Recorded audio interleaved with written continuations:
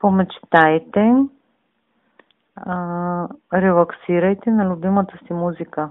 Солта, благодарение на кристалната си структура, е чудесно средство за изчистване на последиците от вредните излъчвания на компютрите. Примахва главоболието, паренето, преуморените ви очи, напрежението. След употреба я изхвърлете във вода и вземете душ или поне наплискайте лицето си. По същия начин може да я използвате, ако се съмнявате, че детето ви е отчасано. Когато аз прилагам този метод прямо малко дете, държа ръчичките му в двете си длани и му разказвам някоя красива приказка. Това няма никаква магия. Само е начин, който съм измислила да накарам детето да стои мирно и кротко, докато солта си свърши работата. Горещата баня на краката в вода, в която сме разтворили морска сол, е полезна не само когато сме се простудили.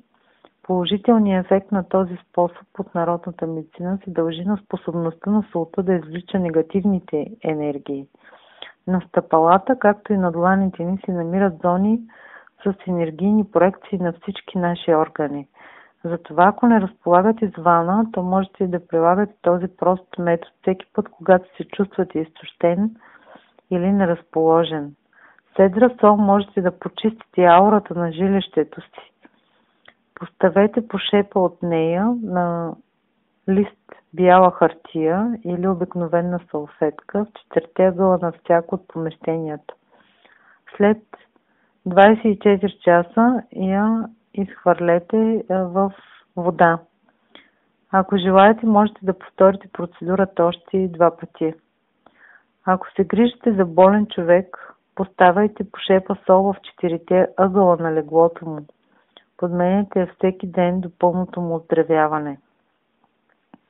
За енергийна защита на жилището си, както и за засилване на аурата му, можем да използваме умалени макети на Хеопсовата пирамида, полускъпоценни камъни, кристали, дори обикновени минерали или малки камъчета, събирани от нас при разходка сред природата, са способни да изпълняват защитни функции.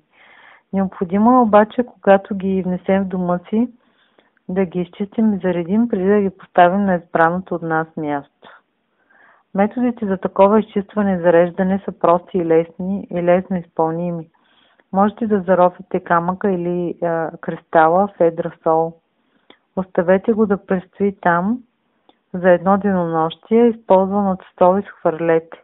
Тъй като представителите на минералното царство имат способността да акумулират слънчевата енергия, е добре да ги оставяте за ден-два на слънце или под звездите.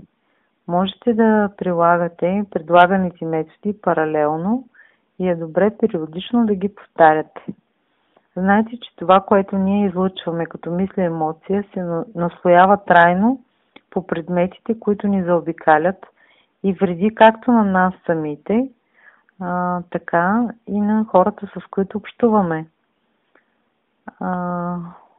Как бихме могли да разпознаем измамата, ако се сблъскаме с нещо подобно? Христос е казал, от плодовете им ще ги познаете. Ако някой от отвъдното, директно или чрез медиум ви безпокои, заплашва, поставя изисквания, условия, които противоречат на вашите разбирания за добро и зло, то картинката е ясна. Имайте предвид, че нито едно добронамерено и високо еволюирало същество не би ви създавало никакъв душевен дискомфорт. Не би се опитвало да ви манипулира или да ви плаши, още по-малко да ви вреди. Подобно нахлуване става възможно, когато вибрациите на аурата на обекта на агресията са под нормалните. А това се получава при тежко заболяване, стрес, безпокойство, негативни емоции, страх. Отслабват вибрациите на аурата, през които нахлуват агресорите без тела. Това звуковно нарушение на космическия закон е така нареченото обсебване. Неговото най-разпространено проявление е кражбата на жизнена енергия от страна на едно човешко същество спрямо друго.